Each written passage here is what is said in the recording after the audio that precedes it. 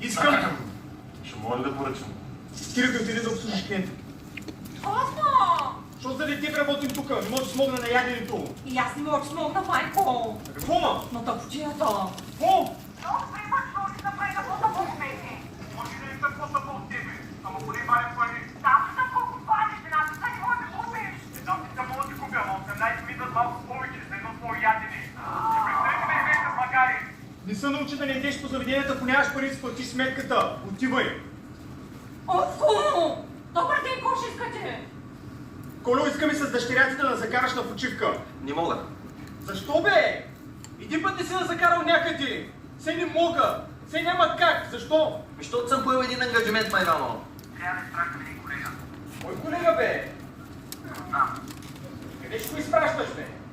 Според теб къде ще го изпращам? Казах без чушки. Давай, разбрах бе.